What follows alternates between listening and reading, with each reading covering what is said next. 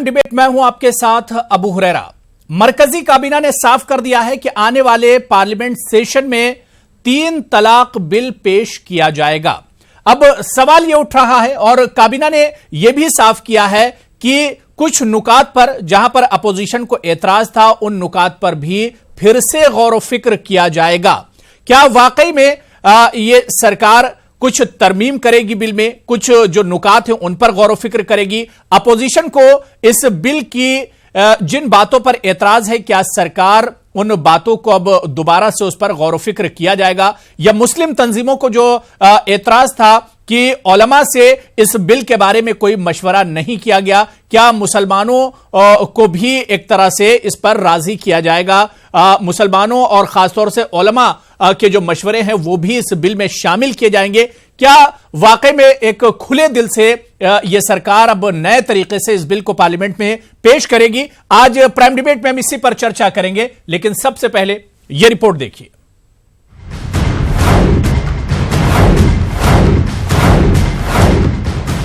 मुस्लिम महिलाओं को ट्रिपल तलाक से मुक्ति देने के लिए इस बार बिल लाया जाएगा।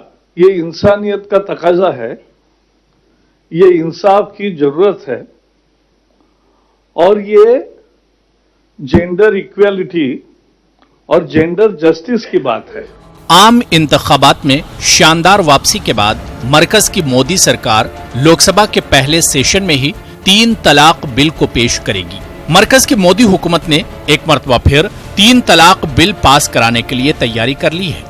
बीजेपी का कहना है कि ये इशू इसके इंतखाबी मंशूर का हिस्सा है। इस इशू पर हुकूमत लॉ कमीशन की रिपोर्ट पर भी गौर करेगी। मरकजी वजीर कानून रविशंकर प्रसाद ने कहा है कि 3 तलाक के रस्म पर पाबंदी आयद करने के लिए हुकूमत पार्लियामेंट में फिर से बिल लेकर आएगी। गुज़िश्ता महीने 16वीं लोकसभा के तहलील होने के बाद 3 तलाक पर पाबंदी लगाने वाले मुतनाज़ा ऑर्डिनेंस की मियाद खत्म हो गई, क्योंकि ये पार्लियामेंट से मंजूर नहीं हो पाया और राज्यसभा में भी पास नहीं हुआ। हिज़्ब इख्तिलाफ राज्यसभा में बिल की मुखालफत कर रहा था, जहां पर हुकूमत के पास इसे मंजूर करने के लिए खातिरख्वाह तादाद नहीं थी।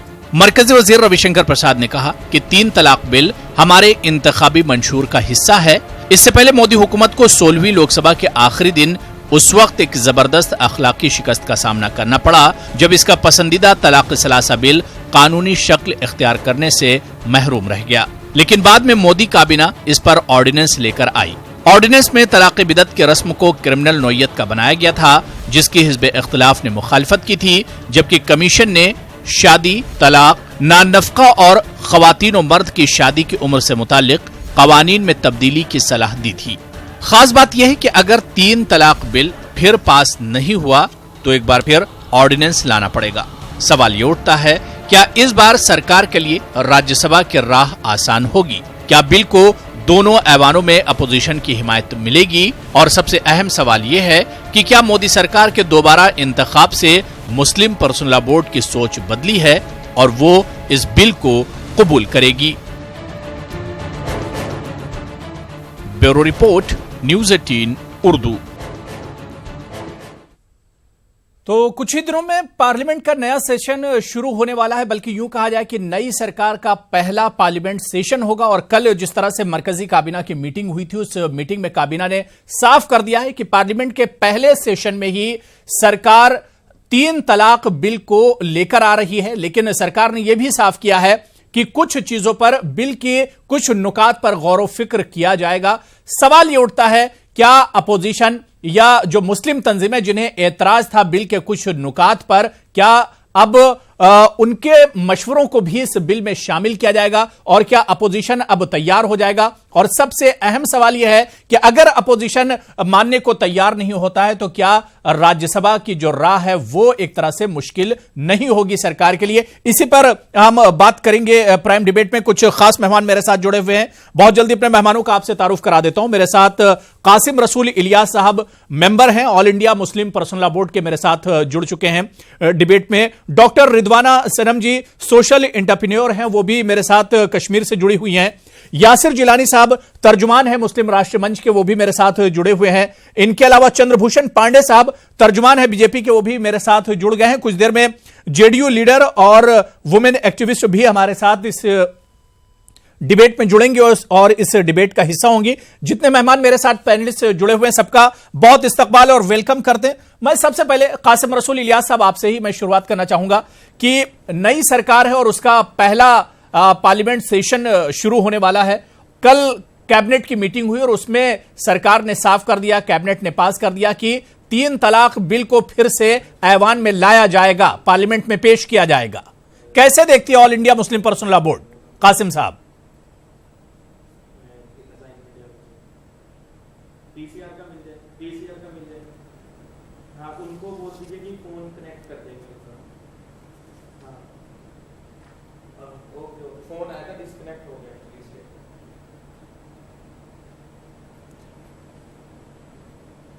कासिम रसूल इलियास साहब, आप तक मेरी आवाज आ रही है? मुझे सुन पा रहे हैं आप?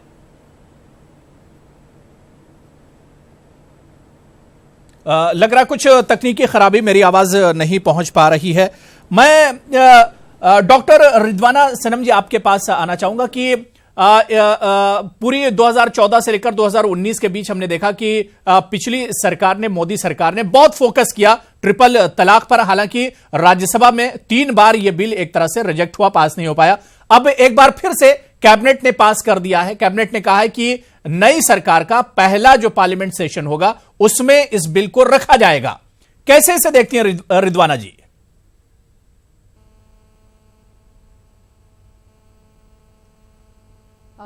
देखिए, गवर्नमेंट तो इस पर काम कर रही है, क्योंकि जब भी कभी किसी कानून का मिसयूज होता है उस पर गवर्नमेंट को ध्यान देना बहुत ज़रूरी है। लेकिन अगर हम ट्रिपल तलाक को इस्लामिक तरीके से देखें तो ये बहुत ही सिंपल लॉ है और बहुत ही लॉजिकल है, क्योंकि इसमें वुमन जो है हरास नहीं होती। इसमें जो वुमन को, ट्रिपल तलाक का मतलब ये नहीं है कि 3 बार तलाक तलाक तलाक बोला और तलाक हो गया है, जो कि इलिटरेसी की वजह से या जो इस्लाम को ठीक तरीके से नहीं समझते हैं और वो इसका मिसयूज करते हैं अपने बेनिफिट के लिए। मुझे लगता है इसको समझाने की बहुत ज़रूरत है कि ये लॉजिकली अगर एक बार तलाक बोला गुस्से में भी तो ये वैलिड नहीं होता। अगर हस्बैंड और वाइफ की आपस में नहीं बनती और हस्बैंड उसको तलाक देना चाहता है और उसने एक बार तलाक कहा, उसके बाद 3 महीना सेपरेशन है हस्बैंड और वाइफ के बीच में। उसके बाद में जब वो फिर से तलाक बोले तो 3 तलाक बोलने के बाद एक वाइफ को किसी और के साथ शादी करना बहुत ज़रूरी है, ताकि उसको लॉजिकल लगे क्या मैं उसके साथ में, अगर वो उसको मनाने आता है, क्या वो उसके साथ में कंप्रोमाइज करने के लिए तैयार है, या जो उसका नया हस्बैंड है जिसके साथ उसने शादी की है वो उसके साथ ज्यादा खुश है, कंफर्टेबल है और वो उसकी ज्यादा रिस्पेक्ट करता है, उसकी रिस्पॉन्सिबिलिटीज उठाता है। लेकिन जो इस्लाम में इसका मिसयूज हो रहा है ट्रिपल तलाक का, जो मेल ईगो है, जो मेल डोमिनेटिंग सोसाइटी है, जो उसको अपने बेनिफिट के लिए यूज करती है, उस पर जो सरकार इस पर काम करती है कि इसका मिसयूज ना हो। लेकिन मेरे ख्याल से, मैं बहुत मॉडर्न जमाने की मुस्लिम वुमन हूँ, लेकिन अगर मेरे तरीके से देखा जाए तो ट्रिपल तलाक जो है कानूनी तरीके से इस्लाम के मुताबिक ये बिल्कुल सही है, और इसमें लॉजिकल अगर देखा जाए तो ये बिल्कुल सेफ कानून है, जिसमें वुमन को कोर्ट कचहरी के हरासमेंट से नहीं जाना गुजरना पड़ रहा है। यानी रिजवाना जी, आपकी बात से बिल्कुल साफ है कि सरकार को शरीयत में इंटरफेयर नहीं करना चाहिए। आपके कहने का मतलब यही है? नहीं करना चाहिए, जी सर, बिल्कुल। लेकिन रिजवाना जी, सरकार ये कह रही है कि जेंडर जस्टिस के लिए उसने एक कदम उठाया है और मुस्लिम जो खवातीन हैं उनके साथ कहीं ना कहीं नाइंसाफी हो रही है 3 तलाक को लेकर, इस वजह से सरकार को आगे आना पड़ा।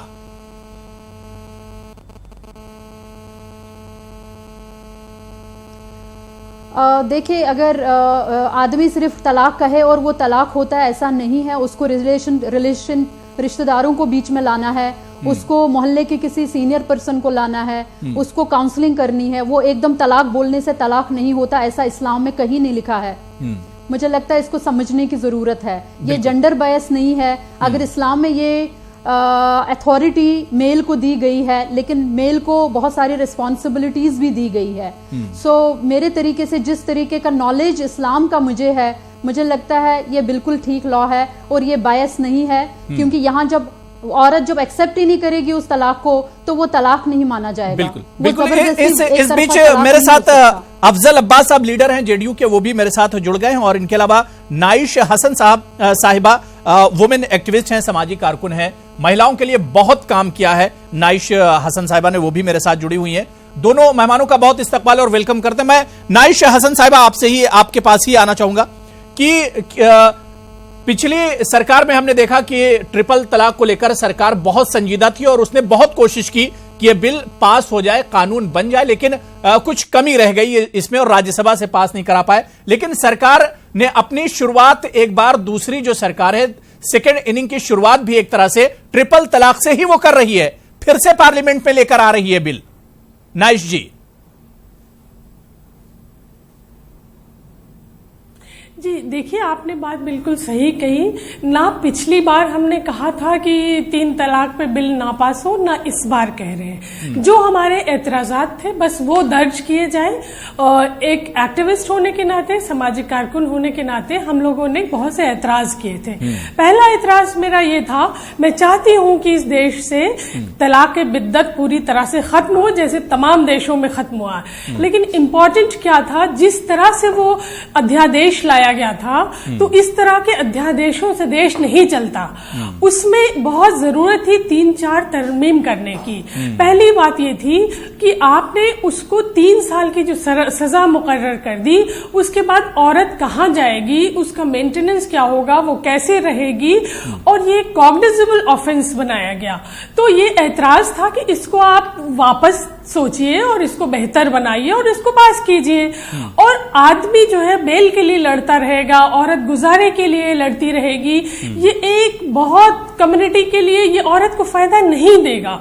हम लोग ने एक लंबी लड़ाई लड़ी है, 15-20 साल लड़े हैं। तो अब हम ये चाहते हैं, ये सरकार भी अगर बिल ला रही है, हम उसका बिल्कुल इस्तकबाल करेंगे, लेकिन जो उसमें औरतों के सवाल हैं, कृपया उसको मेंशन किया जाए, उसको लेके आया जाए और पास कीजिए बिल। औरतें कभी, या मुस्लिम समाज का बड़ा तबका कभी इसके खिलाफ नहीं है, चंद लोगों को छोड़ के, बाकी पूरी कम्युनिटी इसके साथ है। लेकिन हमारे एतराज को जो है वो जगह दी जाए, उसे सुना जाए। बिल्कुल, जो एतराज है उन्हें कम से कम सुना जाना चाहिए। बिल्कुल, बहुत सही बात आपने नाइश जी कही। मैं कासिम रसूल इलियास साहब आपके पास आना चाहूंगा। कासिम रसूल इलियास साहब, यह सरकार दोबारा से 3 तलाक बिल को पार्लियामेंट में लेकर आ रही है, उस बिल को लेकर आ रही है, और सरकार ने, काबीना ने, कैबिनेट ने यह भी इशारा दिया है कि जिन बातों पर एतराज है उनमें कुछ बातों पर गौर व फिक्र किया जा सकता है। क्या मंजूर होगा कासिम रसूल इलियास साहब ट्रिपल तलाक bill all India Muslim personal law board को?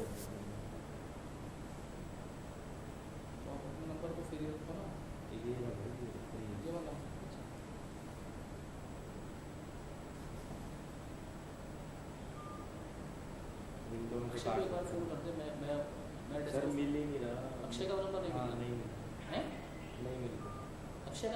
नहीं मिला।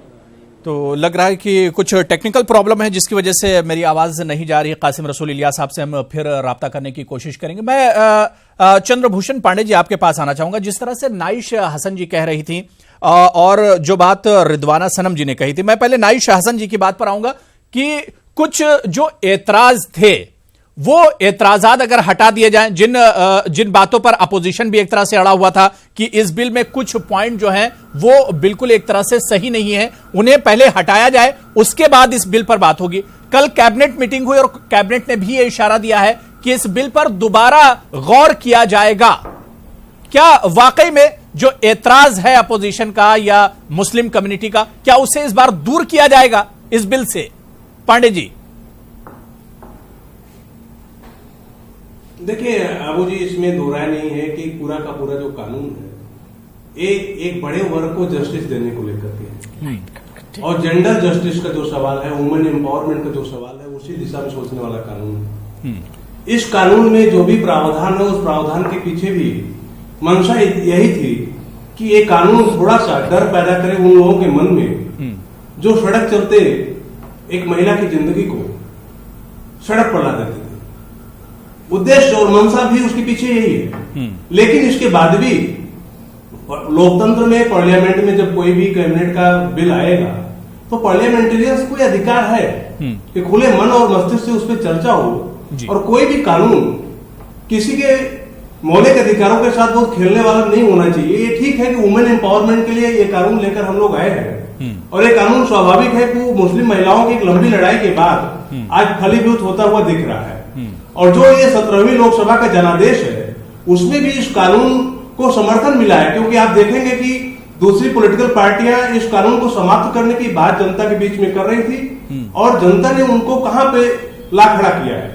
तो मैं मानता हूं कि डेमोक्रेसी में नाइस जी ने जो बात रखी है वो स्वाभाविक है कि उस पर डिबेट होनी चाहिए। अगर कोई विषय ऐसी आती है जो सार्वजनिक है, बिल्कुल चंद्रभूषण पांडे जी सवाल ये उठ रहा है कि यही बातें तो अपोजिशन ने पिछली सरकार में भी कह रहा था। जब इस बिल को पार्लियामेंट में लाया गया था अपोजिशन यही कह रहा था कि इसे सिलेक्ट कमेटी के पास भेजा जाए, इसमें जो कुछ कमियां हैं उन्हें एक तरह से दूर किया जाए। अब उस पर कैबिनेट ने इशारा दिया है। ये काम तो पहले किया जा सकता था। नहीं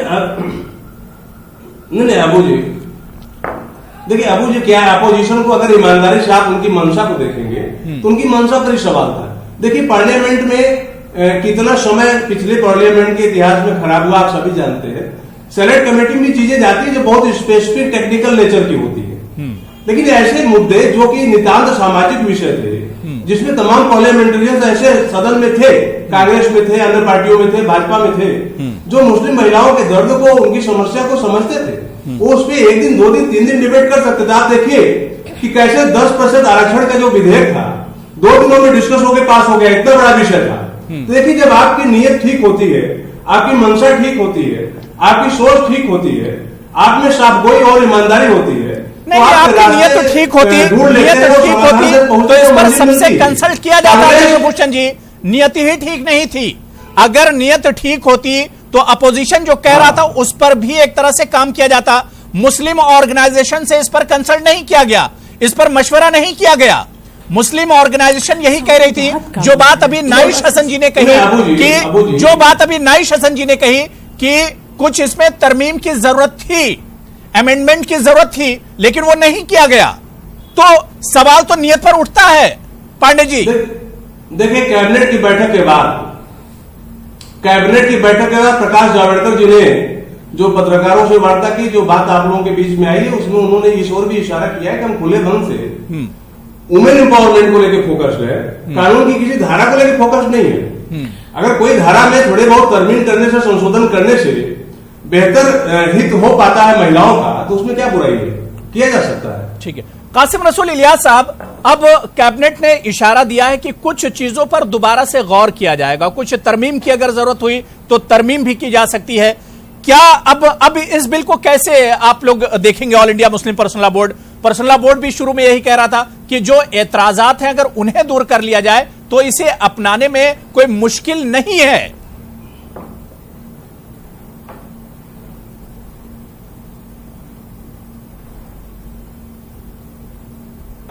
कि इसमें जो तरमीम की जरूरत होगी कर ली जाएगी। तो सवाल ये पैदा होता है कि सरकार के पास तो बहुत लंबा चौड़ा वक्त था, उसने मुस्लिम पर्सनल लॉ बोर्ड से, मुस्लिम तंजीमों से और दूसरे लोगों से बात क्यों नहीं की इसके ऊपर में? यानी बिल को पेश करने में इतनी उजलत क्या है? ऐसा लग रहा है कि ये सरकार जो है इस बिल को दोबारा पेश करेगी, पार्लियामेंट में डिबेट होगा और राज्यसभा में ये रिजेक्ट होगा, फिर ये इसको मुद्दे को जिंदा रखना चाहती है। देखिए मैं ये समझता हूं कि ये बुनियादी तौर पे ये बिल लाने के पीछे कोई नीयत साफ नहीं है, यानी मतलब है कि मुस्लिम खवातीन को कोई फायदा पहुंचाना पेश नजर नहीं है। और ये एक मुस्लिम यूनिफॉर्म सिविल कोड लाने की इसने बात कही थी, यूनिफॉर्म सिविल कोड लाने की पोजीशन में नहीं है, तो एक एक करके मुस्लिम पर्सनल लॉ के इश्यूज को लाकर उसको सबोताज करने की कोशिश की जा रही है। पहली बात तो ये कि ये देखिए ये बिल जो है इसमें वो तरमीम बिल्कुल नहीं की गई, यानी अगर 3 साल के लिए जेल का प्रोविजन रखा गया और नॉन बेलेबल कॉग्निजेबल ऑफेंस बनाया गया इसको। अब सिर्फ ये बात कही जा रही है कि बेल अगर पुलिस की सतह पर तो नहीं होगी, मजिस्ट्रेट की सतह पर हो सकती है अगर औरत तैयार हो, दूसरे लोग तैयार हो। तो बहुत मामूली कॉस्मेटिक चेंजेस किए गए हैं, कोई खास चेंज नहीं किया गया। तो 2 बातें हैं इसमें, या तो इस बिल को राज्यसभा में सेलेक्ट कमेटी के हवाले किया जाए या ये कि लोकसभा के अंदर भी कमेटी के हवाले किया जा सकता है, और ये बिल के अंदर जो संशोधन जो तरमीमात का मुतालबा किया जा रहा है मुस्लिम तंजीमों के जरिए से, वो तरमीमात करने के बाद अगर ये बिल पार्लियामेंट पेश किया जा सकता है तो इस पर गौर किया जा सकता है। लेकिन इस शक्ल में ये बिल लाने का मकसद सिर्फ ये है कि सरकार अपनी जिद पर अड़ी हुई है और वो बिल लाकर ये खामखा का तासुर देने की कोशिश कर रही है कि वो मुस्लिम खवातीन के हक में कोई काम कर रही है। ये बिल्कुल मुस्लिम खवातीन के हक में काम नहीं है, मुस्लिम खवातीन को सड़क पे लाने की कोशिश है। यासिर जिलानी, ये मुस्लिम महिलाओं के हक के लिए एक तरह से नहीं किया जा रहा है। अगर वाकई में खुले मन से किया जा रहा होता, खुले दिल से अगर ये किया जा रहा होता, तो शायद इसमें सबसे कंसल्ट किया जाता, सबके मशवरे लिए जाते, जो एतराज लोगों के थे, जो एतराज मुस्लिम ऑर्गेनाइजेशन के थे, वो तमाम एतराज दूर किए जाते। लेकिन इस पर तो सरकार सुनने के लिए तैयार ही नहीं है। नियत पर शक होता है यासिर जिलानी साहब। देखिए अबू हुरैरा साहब, मैं अपनी बात को रखूं उससे पहले मैं अतीत में याद दिलाने की कोशिश करूंगा, जब 1986 में इसी तरह का केस शाहबानो का था। 7 साल की जबरदस्त लड़ाई उस अकेली महिला ने लड़ी थी और राजीव गांधी तत्कालीन प्रधानमंत्री थे। उनको एक महिला अधिनियम 1986 के तहत, एक नया कानून के तहत उन्होंने उस कानून को पास किया और उसी को आधार मान के सुप्रीम कोर्ट ने शाहबानो को इंसाफ दिया था। लेकिन उसके बाद क्या हुआ था ये मैं बताऊं या पूरा हिंदुस्तान इसको नहीं जानता, तो एक बार बता देता हूं। उस फैसले को बदल दिया गया था, उस फैसले को पलट दिया गया था, क्योंकि जो चरमपंथी कट्टरपंथी लोगों ने उस वक्त के मौजूदा सरकार पे दबाव बनाया था। मैं नाइश हसन साहिबा की बात को थोड़ा सा जोड़ूंगा। इन्होंने बहुत बड़ी लड़ाई लड़ी है, मुझे मालूम है, क्योंकि हम लोगों ने भी जमीन में औरतों के हक के लिए, जो जेंडर इक्वालिटी की बार बार बात होती है, उसके लिए लड़ाई लड़ी है। लेकिन जो मुझे अभी पता चल रहा है सूत्रों से, उसमें ये जानकारी बिल्कुल दुरुस्त है, आपकी रिपोर्ट भी चल रही कि सरकार मौका देने के लिए तैयार है। हमारे अभी भाजपा के जो प्रवक्ता मित्र हैं, उन्होंने भी बात कही कि जब कोई चीज आती है तो बड़ा दिल करके, अपने दिल को वसी करके बात सुनी जाती है। जब आप पार्लियामेंट के पटल पे कोई इतनी बड़ी चीज बिल्कुल यासिर जिलानी, जिस तरह से नाइश हसन ने कहा कि एतराज है, एक लंबी लड़ाई मुस्लिम महिलाओं के लिए नाइश हसन जैसी हजारों औरतों ने लड़ी है, और उस पर अगर एतराज होता है तो सरकार को सोचना चाहिए। और मेरा दूसरा सवाल यासिर जिलानी ये है, जिस तरह से कासिम रसूल इलियास साहब ने कहा कि all India Muslim personal law board सोच सकता है इस बिल के बारे में, लेकिन जो एतराजात हैं उन पर पहले काम करने की जरूरत है। सरकार क्यों नहीं काम कर रही है? अगर मैं आज आपके माध्यम से कहता हूं, अगर मुस्लिम पर्सनल लॉ बोर्ड पॉजिटिवली जो हक की बात है, औरतों के हक हुकूक देने की बात है, उसको लेके अगर सोचता है और सरकार के साथ आता है, और यकीन करिए नहीं, वो तो आने के लिए तैयार हैं, लेकिन पहले सरकार को कदम उठाना पड़ेगा। सरकार को पहले अपनी मंशा साफ करनी होगी। यासिर जिलानी साहब, आपको मैं बता दूं, जो वजीर आजम हैं उनकी मंशा साफ है। वो इतना बड़ा दिल रखते हैं कि वो जो काम कर रहे हैं, जो वायदा किया है, जो यकीन दिया है मुसलमानों को लेके, अगर उन्होंने यकीन नहीं दिया होता तो सेंट्रल हॉल से जब उन्होंने अपना भाषण दिया, उसमें सिर्फ माइनॉरिटी की बात करी, माइनॉरिटीज की बात नहीं करी। माइनॉरिटी का मतलब जो सबसे बड़ी जो हमारी मुसलमान एक कौम है, वो उसको उस वक्त संबोधित कर रहे थे, और उन्होंने कहा कि जो छल में छेद हुआ है उसको हम सही करेंगे। तो आप यकीन रखिए कि वजीर आजम साहब ने बिल्कुल ये तय कर लिया है कि इंसाफ मिलेगा। और इस बार शाहबानो नहीं है, इस बार सायरा बानो थी, इस बार नाइश हसन जैसी सामाजिक कारकुन थी, इनसे भी और भी कई सारी महिलाओं ने इस केस में आगे बढ़ के काम किया है। और मैं बिल्कुल नाइश हसन जी, मैं आपके पास आना चाहूंगा।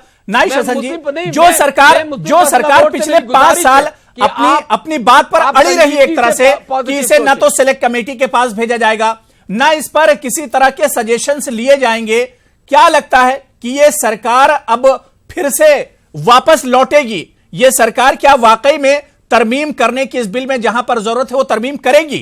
क्या लगता है नाइश हसन जी?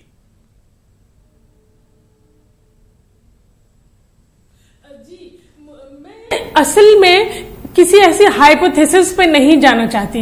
मुझे लगता है कि आप जो बोले वो समाज को दिखना भी चाहिए। पिछले 4-5 सालों में बहुत सी बातें बोली गई जो दिखी नहीं, लेकिन प्रधानमंत्री अभी जिस जोर शोर से कह रहे हैं तो वो हमें दिखनी चाहिए कि आप उसको अमल में लाएं। ये नहीं जब अमल में लाने की बात हो तो सेंटेंसेस काट दिए जाएंगे, लॉ बदल जाएगा। इम्पोर्टेंट क्या है कि औरत महफूज हो। हमारे सामने देखिए और भी उदाहरण है, हमारे सामने हिंदू मर्द तमाम जो है दूसरी तीसरी शादी करता है। एक स्टडी भी आई थी इस पे कि बहुत से पुलिस ऑफिसर्स ने कर रखी थी, लेकिन जब आप उसको नॉन कॉग्निजेबल करते हैं तो ठीक है, चलिए वो स्पेस है, आदमी औरत जाती है अपनी बात रखती है, लेकिन जब आप इसको कॉग्निजेबल करते हैं 3 साल आप इसको इसलिए नहीं घटा रहे हैं क्योंकि फिर वो कॉग्निजेबल नहीं रह जाएगा। ये मुझे लगता है कि लॉ मिनिस्टर को बहुत तवज्जो दे के सोचना चाहिए। इस गरीब कौम जिसको सचर कमेटी ने अपना पूरा वो दिया है, देश के सामने रिपोर्ट रखी है, तो वो बता रहा है कि ये कौम और इस कौम की औरत तो और गरीब है। इसलिए बेहतरी यही है कि खुले दिल से ऑपोजिशन की, जैसे प्रकाश जावड़ेकर जी ने भी कहा था कि हम ऑपोजिशन की सुझाव लेंगे, तो अब ले डालिए सुझाव। हम औरतों के सुझाव जो जमा है वो ले डालिए और एक बेहतर कानून बनाइए, हमें इसका स्वागत करेंगे। लेकिन अगर कानून सही नहीं है, उसमें चालाकियां होंगी, तो औरत को क्या मिलेगा। और पर्सनल लॉ बोर्ड का जहां तक सवाल है, मैं उनसे सजेशन की बात इसलिए नहीं करती कि अगर उन्होंने चाहा होगा तो 70 साल में औरत की जिंदगी इतनी दुश्वार ना होती। अगर वो हमारे रहनुमा होते, उन्होंने लड़ाई नहीं लड़ी है, उन्होंने जो काम किया है वो मजमूआ क़वानीन इस्लामी जैसी किताब लिखने का काम किया है जो ना कुरान से मैच करती है। लेकिन अब जब कैबिनेट ने एक तरह से कह दिया है कि जो कमियां हैं, कुछ बातों पर गौर किया जाएगा, कुछ बातों पर कुछ जो सुझाव दिए गए उस पर गौर किया जाएगा, ऐसे में जेडीयू का रुख क्या होगा ट्रिपल तलाक बिल को लेकर? देखिए, पहले से ही जनता दल यूनाइटेड का जो संवेदनशील मुद्दे हैं देश के, उसको अलग रखा उन्हें। और जनता दल यूनाइटेड के मुखिया, पार्टी के राष्ट्रीय अध्यक्ष माननीय नीतीश कुमार जी ने और पार्टी के सारे प्रवक्ताओं ने भी इस पे अपनी अपनी राय दे दी है कि जो पार्टी का स्टैंड है। मैं समझता हूं कि इस तरह के मुद्दे पे जल्दबाजी नहीं करनी चाहिए। पहले भी आपके कई बार डिबेट में इस मौजू पर मैंने बात की है। बिल्कुल, मेरा ये मानना है कि हम लोग सिलेक्ट कमेटी में भेजना चाहते हैं। इस मसले का हल जो है मुस्लिम धर्म गुरुओं पर छोड़ना चाहिए, बिल्कुल, लेकिन इसका मतलब ये नहीं है कि जनता दल यूनाइटेड मुस्लिम महिलाओं के खिलाफ है या मुस्लिम महिलाओं के उत्थान की बात, तरक्की की बात नहीं करना चाहती। जनता दल हमेशा औरतों के अपलिफ्टमेंट की हमेशा बात करती आ रही है। यही वजह है कि बिहार में भी सारे औरतों को बिहार के सरकारी नौकरियों में 35% रिजर्वेशन हिंदुस्तान का पहला राज्य है। तो हम महिलाओं के उत्थान के, महिलाओं की परेशानी के लिए हम संवेदनशील है, पार्टी हमारी जो है सीरियस है। अब जहां तक कुछ मुद्दों पे अलग होने की बात है या रिव्यू करने की बात आ रही है, कैबिनेट में होगा, तो मैं समझता हूं कि इस पर जो है माननीय मुख्यमंत्री, पार्टी के राष्ट्रीय अध्यक्ष बयान देंगे और वही इस पर उनका कमेंट्स ही प्रभावी हो सकता है। बिल्कुल, जाहिर सी बात है। यानी अगर इस पर गौर व फिक्र किया जा सकता है तो नीतीश कुमार या जेडीयू जो है वो भी एक तरह से अपना मन साफ करके और उसकी जो मंशा है वो भी एक तरह से सामने निकल कर आएगी। यहां पर छोटा सा ब्रेक लेंगे, लेकिन ब्रेक के उस पार इस इशू से जुड़े हुए बहुत अहम चर्चा हम करेंगे, क्योंकि जाहिर सी बात है कि जहां कुछ महिलाओं की तकलीफ की बात 3 तलाक बिल को लेकर होती है, वहीं पर हमने देखा कि 3 से 4 करोड़ खवातीन ने इस बिल की मुखालिफत में दस्तखत किए हैं। पूरी एक मुहिम चलाई गई है। क्या अब जब दोबारा से सरकार पार्लियामेंट में इस बिल को लाएगी तो ऐसी खवातीन को भी जहनों में रखेगी, और क्या मुस्लिम समाज से, मुस्लिम तंजीमों से, मुस्लिम जो उलमा है उनसे भी अब मशवरा किया जाएगा इस अहम बिल को लेकर? इस पर भी हम चर्चा करेंगे। तो मरकजी सरकार एक बार फिर पार्लियामेंट में 3 तलाक बिल पेश करेगी और सरकार ने यह इशारा दिया है, काबीना ने यह इशारा दिया है कि इस बार जो एतराजात हैं उनमें से कुछ पर गौर किया जा सकता है और सबको एक तरह से साथ लाने की सरकार ने इशारा दिया है और की कोशिश की जाएगी कि इस पर एतराज ना हो, एक ऐसा बिल पेश किया जाए जिस पर एक तरह से सभी राजी हों। लेकिन बड़ा सवाल यह उठता है, क्या यह सरकार के लिए मुमकिन है? क्या अपोजिशन इस तरह से मानने के लिए तैयार होगा? और सबसे बढ़कर यह, क्या all India Muslim personal law board या मुस्लिम जो उलमा है या मुस्लिम जो समाज है वो इस बिल पर पूरी तरह से मुत्तफिक होंगे, यह भी बड़ा सवाल है। इसी पर लगातार हम बात कर रहे हैं। मैं ब्रेक के बाद चंद्रभूषण पांडे जी आपसे ही शुरुआत करना चाहूंगा कि जहां पर मुस्लिम महिलाओं के एम्पावरमेंट की बात हो रही है और यह जाहिर सी बात है कि 3 तलाक से बहुत इमोशनल यह मसला है, बहुत सेंसिटिव मसला है। जिस औरत के साथ तलाक होती है उसके दर्द को वाकई में हम और आप नहीं समझ सकते हैं, वो महिला ही समझ सकती है। लेकिन चंद्रभूषण जी, मेरा सवाल यह है कि इस बिल के अगेंस्ट में तकरीबन 3 से 4 करोड़ महिलाओं ने साइन किए, दस्तखत किए, जो नहीं चाहती इस तरह का बिल। क्या उनका भी ख्याल रखेगी यह सरकार?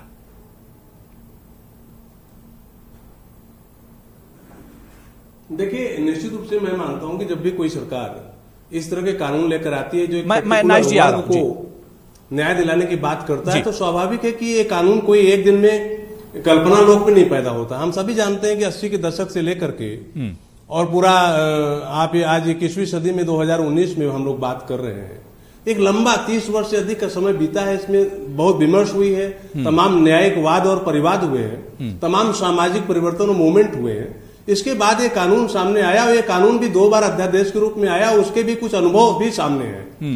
ये सारी परिस्थितियों के साथ ही साथ समाज में जो विरोध प्रतिरोध है, अपोजिशन के कुछ ऑब्जेक्शंस है, राज्यसभा से 3 बार रिजेक्ट हुआ है चंद्रभूषण जी, अपनी सोच है। राज्यसभा से बिल 3 बार रिजेक्ट हुआ है और इसकी वजह क्या है? राज्यसभा में रिजेक्ट हुआ है, बात सही है। क्योंकि कई बातों पर एतराज है अपोजिशन को, मुस्लिम ऑर्गेनाइजेशन को एतराज है। जो बात ब्रेक से जाने पर पहले हम कर रहे थे, वही बात मैं यहां पर दोहरा रहा हूं, वही बात रख रहा हूं कि एतराज जो है उसे कम से कम दूर करना चाहिए। सबको कॉन्फिडेंस में लेने की जरूरत है। 2 बातें जोड़ना चाह रहा हूं जी, 2 बातें मैं जोड़ना चाह रहा हूं, मुझे 2 बातें रख लेने दीजिए जी। एक तो मैं ये कहना चाह रहा, देखिए किसी भी अध्यादेश की जो एक मजबूरी होती है कि जब नया सदन गठित होता है तो उसके 45 दिन के अंदर सदन में उस अध्यादेश के समांतर कानून बना के रखना पड़ता है, बिल बना करके। तो ये सरकार की मजबूरी है, सरकार उसको समयबद्ध तरीके से रख रही, नंबर 1। नंबर 2, पिछले अनुभव को देखते हुए जो उसमें विसंगतियां उठाई गई है लोगों द्वारा और उसपे जो आम सहमति से, सर्वसम्मति से हम लोगों की कोशिश होगी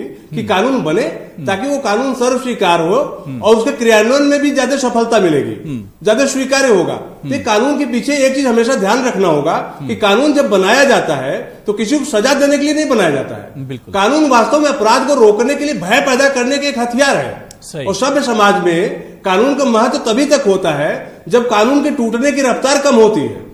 अगर कानून बार बार टूट रहा है, डे बाय डे टूट रहा है, तो कानून ही पंगु है। मैं मानता हूं कि इस बात को लेकर नहीं डरना चाहिए कि 3 वर्ष की सजा 100% लोगों को होने जा रही है। दूसरी चीज, उसमें जो बेल की प्रोविजंस किए गए, मजिस्ट्रेट के सामने अगर कोई पीड़ित महिला जाती है और पति के साथ बैठ करके एक चर्चा पर चर्चा होती है, कोई मध्यस्थता होती है, कोई समाधान निकलता है, तो बहुत अच्छा है। कोई गृहस्थी को टूटना, न्यायालय के दरवाजे पर बार बार भटकाना, वो समाज के लिए सही नहीं है, समाज के लिए या उस फैमिली के लिए, उस घर के लिए सही नहीं है। नाई शसन जी, क्योंकि महिलाओं के लिए, खवातीन के लिए आपने बहुत काम किया है।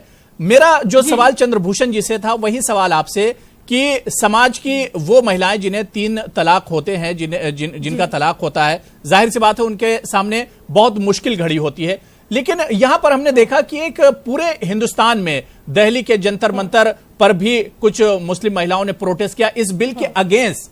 क्या ऐसी महिलाओं का, ऐसे मुस्लिम खवातीन का ख्याल नहीं रखा जाना चाहिए जब दोबारा से बिल पार्लियामेंट में पेश किया जा रहा है? नहीं, इस बात का मैं बहुत जरूरी समझती हूँ कि मैं जवाब दूं आपके जरिए आपके दर्शकों तक ये बात मेरी पहुंच जाए।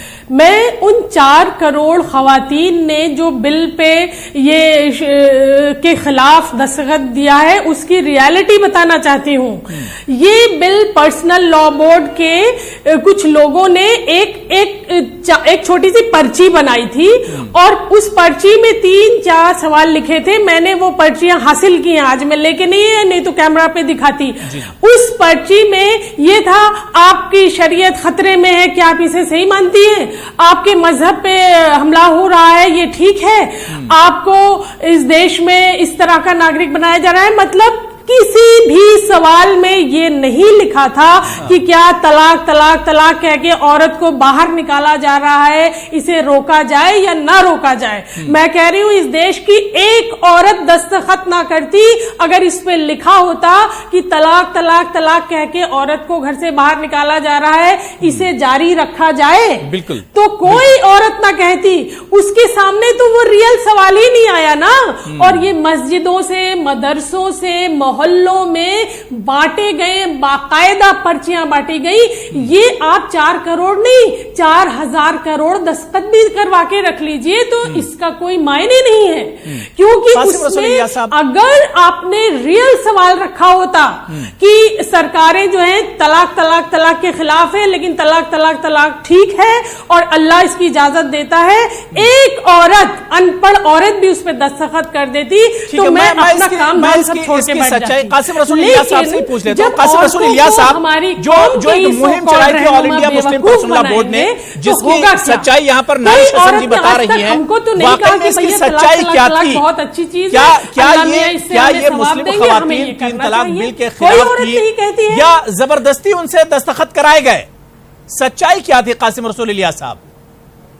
जबरदस्ती उनको रियल सवाल दो। मैं कह रही हूं उनको रियल सवाल, एक प्रश्न लिख के दो पर्ची में। ये खामोश तलाक तलाक तलाक जो है बात हो गई। ये सही है, ये मौजूदा खामोश होगी। मैं बात कर जवाब ले रहा हूं इसके साथ ये खिलाफ कोई एक औरत दस्तखत नहीं करेगी। ये इन्होंने अल्लाह रसूल के जो सो कॉल्ड पैरोकार हैं उन्होंने बहुत गलत काम किया है। बात का मैं जवाब ले लेता हूं जी।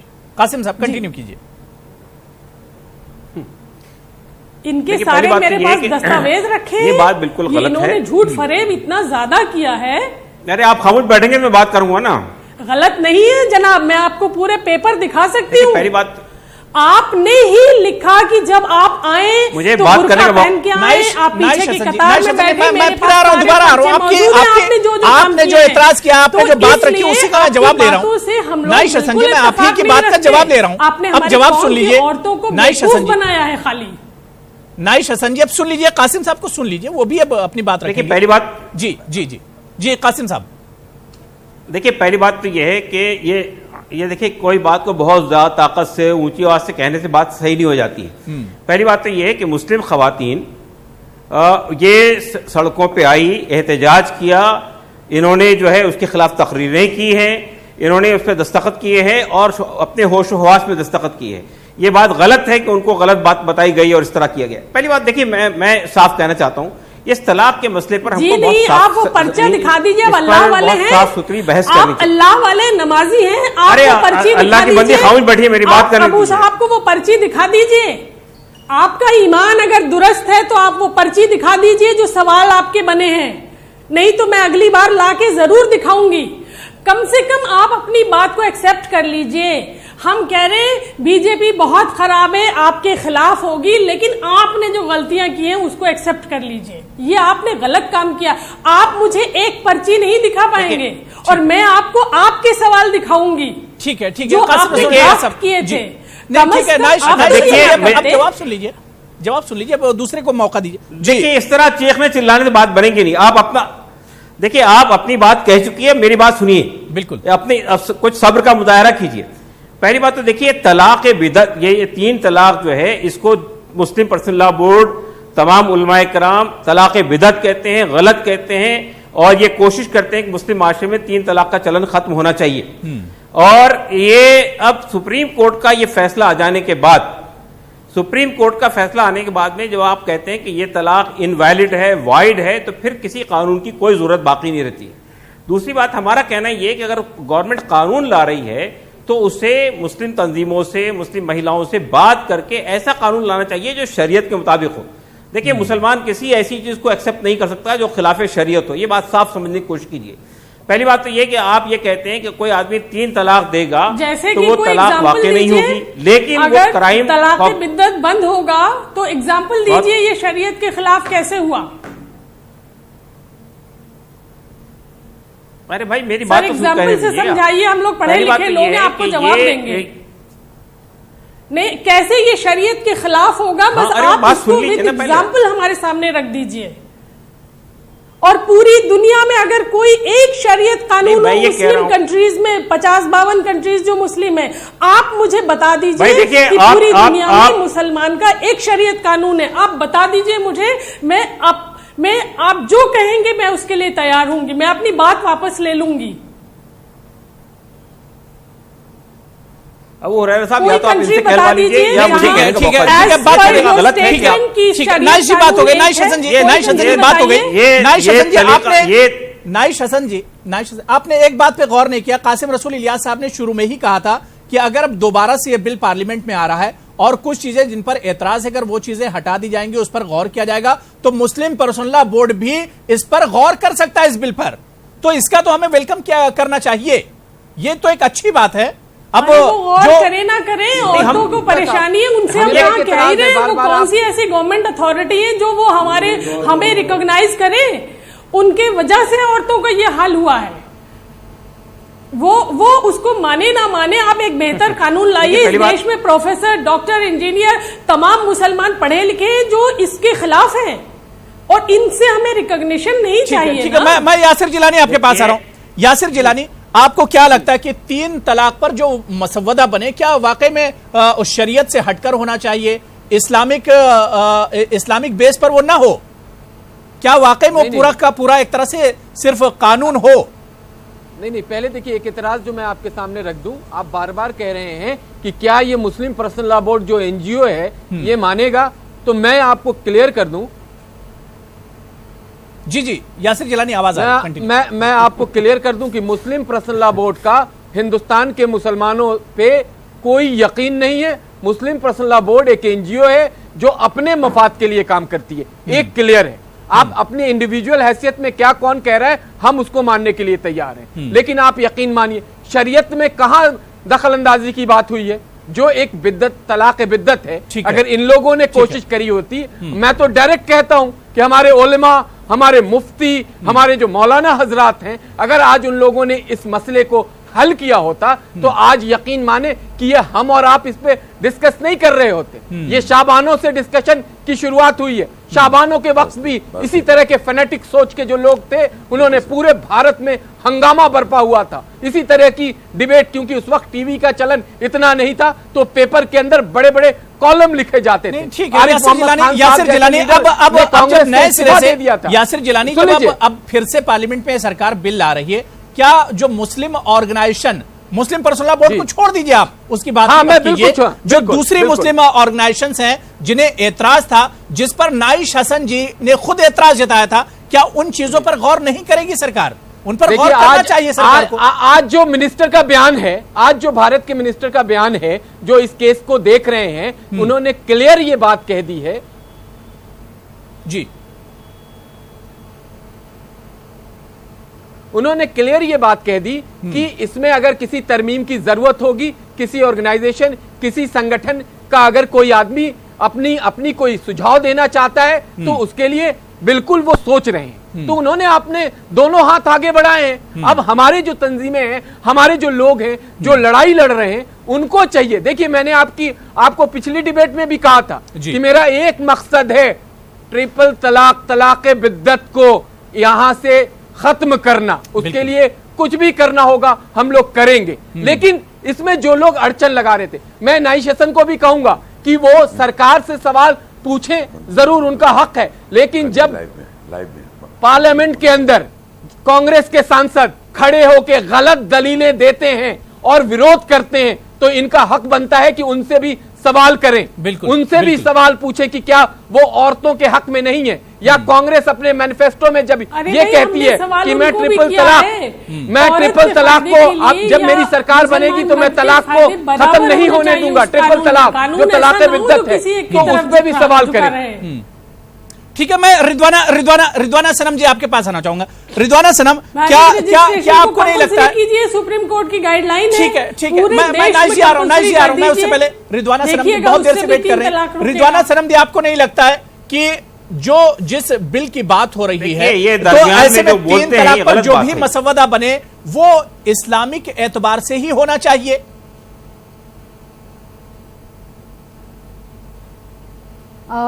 जी, मैं बिलीव करती हूँ जो कुरान शरीफ में लिखा है और जो हमारे इस्लाम की तरीके से जो कानून है उसमें इंटरफेयर करने की ज़रूरत नहीं होनी चाहिए।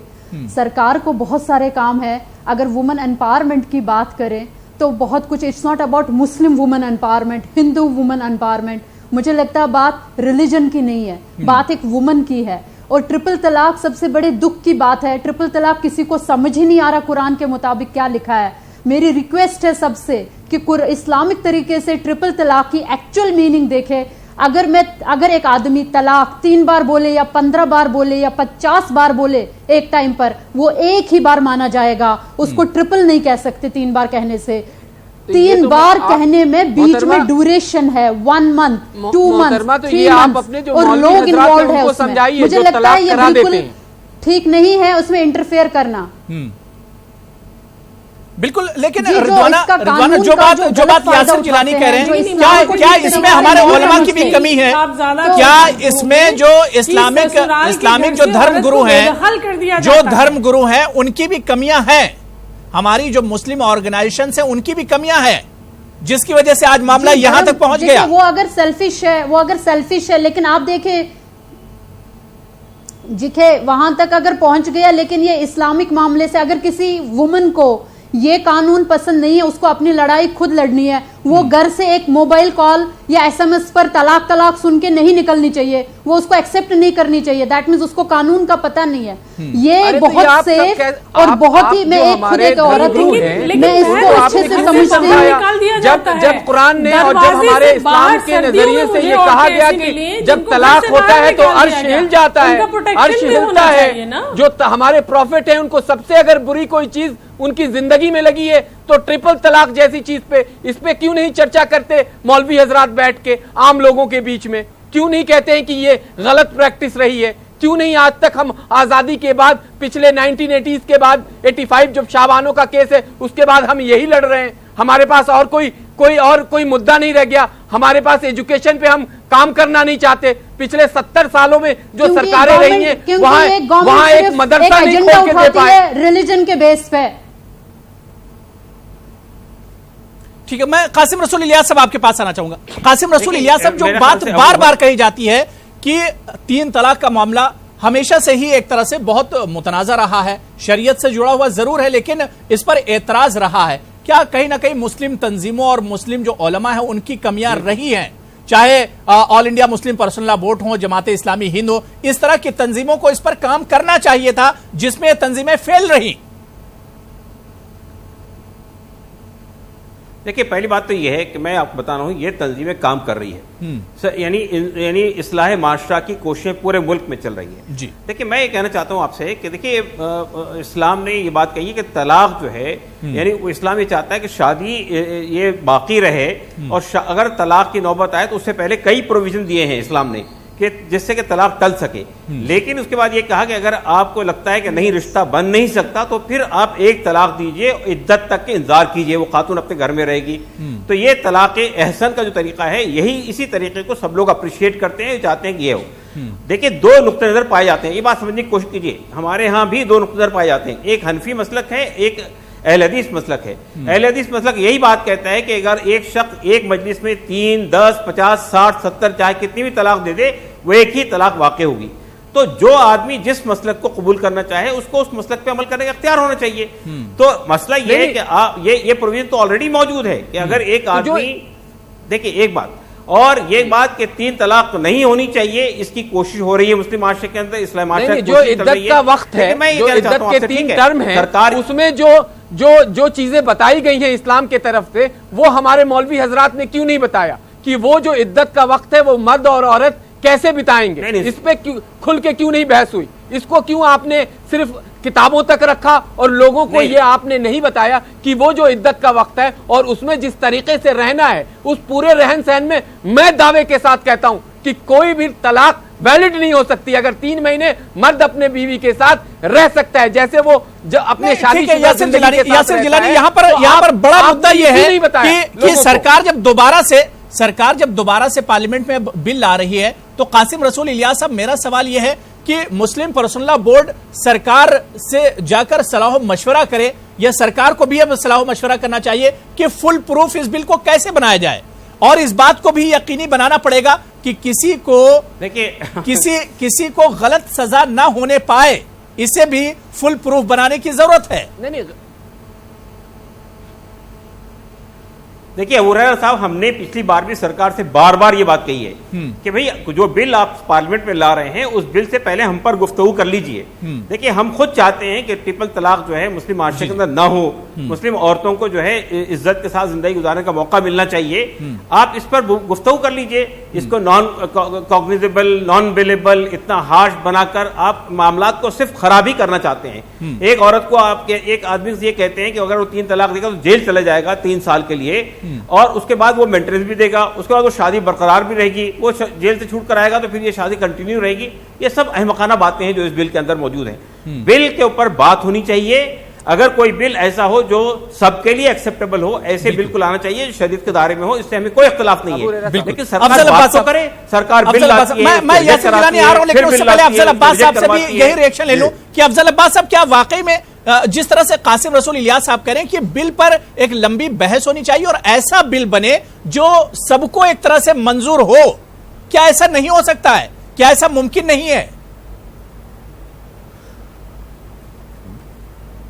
बिल्कुल बिल्कुल, मैंने कहा पार्टी का स्टेटमेंट यही था मेरा, आज भी है। देखिए शरीयत के एक्चुअल शरीयत के दायरे में हो, जिसको किसी को एतराज ना हो, और बिल्कुल तो होना चाहिए। और जहां ट्रिपल तलाक, जब हमारा ये एतराज है कि सुप्रीम कोर्ट ने पहले कह दिया स्टैंड 3 तलाक इज नॉट वैलिड, तो फिर कुरान बनाने की जरूरत क्या है? हम इसी पे एतराज कर रहे हैं ना। अगर कोई इसमें कमियां हैं तो उसको दूर करने के लिए सिलेक्ट कमेटी भेजे और सब मिलजुल के और मुस्लिम उलमाओं से, थिंकर से, थिंक टैंक से उसे बात करें, उसका सोल्यूशन निकले। हम ये नहीं चाहते हैं कि, हम खुद चाहते हैं कि 3 तलाक जो है बहुत बड़ा एक समाज के लिए जहर है और इसका रिमेडीज होना चाहिए। हम इसके पक्षधर रहे हैं, लेकिन इसको थोपना। देखिए आपकी जो अलायंस, बीजेपी की जो अलायंस पार्टी है जेडीयू, उसी का बार बार यही मांग है कि इसे सिलेक्ट कमेटी के पास भेजा जाए ताकि दूध का दूध और पानी का पानी हो, एक ऐसा बिल बनकर तैयार हो जिस पर सबकी सहमति हो, सब इत्तेफाक करते हो। इस पर बात क्यों नहीं होती यासिर जिलानी? नहीं, देखिए बात हो रही है, लेकिन बात हम किन से, हम जेडीयू पार्टनर हैं, बिल्कुल जेडीयू से बात हो जाएगी। आप बिल्कुल सही कह रहे हैं जी। लेकिन एक बात बताइए, क्या उन लोगों से बात करना जरूरी है? नाइश हसन बैठी है, उन्होंने हक की बात करी है, औरतों के हुकूक के लिए लड़ाई लड़ी है, उनसे बात हो सकती। क्या उन लोगों से, वो उन लोगों की बात को मानी जाए जिन्होंने पिछले 30 साल ये जो ट्रिपल तलाक जैसी क्रूती रही है, ये भारत में 30 साल से लोग जान रहे हैं, लेकिन जो आजादी के बाद कभी औरतों को दोयम दर्जे से ऊपर उन्होंने जगह नहीं दी, औरतों के एजुकेशन पे कभी ध्यान नहीं दिया, जबकि इस्लाम ने इल्म के लिए चीन जाने की बात कही। इकरा जो पहला अल्फाज है वो इल्म से रिलेटेड है, उस पर कभी इन्होंने चर्चा नहीं करी। इन्होंने अपनी 14 अब एक नई शुरुआत हो रही है, सरकार की नई शुरुआत, और सरकार भी अब खुले दिल से आ रही है, खुले मन से आ रही है, तो सभी लोगों को एक तरह से इसमें शामिल करना चाहिए। जो एतराज हैं, जिन पॉइंट पर एतराज है, उन पर एक लंबी बहस होनी चाहिए, उन पर एक लंबी बहस होनी चाहिए। दिल बड़ा किया है आप, लेकिन अगर बायस्ड होकर सोचेंगे तो मुझे लगता है हमारे जैसे लोग आपके अगेंस्ट जाएंगे। लेकिन अगर आप अपना दिल खुद बड़ा करेंगे, खुल के सामने आएंगे और औरतों के हक की बात करेंगे, बिल्कुल खवातीन के हक की ही बात होनी चाहिए, खवातीन के हक की ही बात होनी चाहिए, और इस पर सबको शामिल किया जाना चाहिए, सबके मशवरे लिए जाएंगे। बिल्कुल वक्त हमें इजाजत नहीं दे रहा है। बहुत अच्छी गुफ्तगू चल रही थी, बहुत इस पर और भी बात हो सकती थी, लेकिन फिर किसी दिन इसी इशू पर हम चर्चा करेंगे। बहुत बहुत शुक्रिया कासिम रसूल इलियास साहब हमारे साथ जुड़ने के लिए, डॉक्टर रिदवाना सनम जी आपका भी, यासिर जिलानी साहब, नाइश हसन साहिबा, चंद्रभूषण पांडे जी और अफजल अब्बास साहब, सभी का बहुत बहुत शुक्रिया हमारे साथ प्राइम डिबेट में जुड़ने के लिए। आदाब।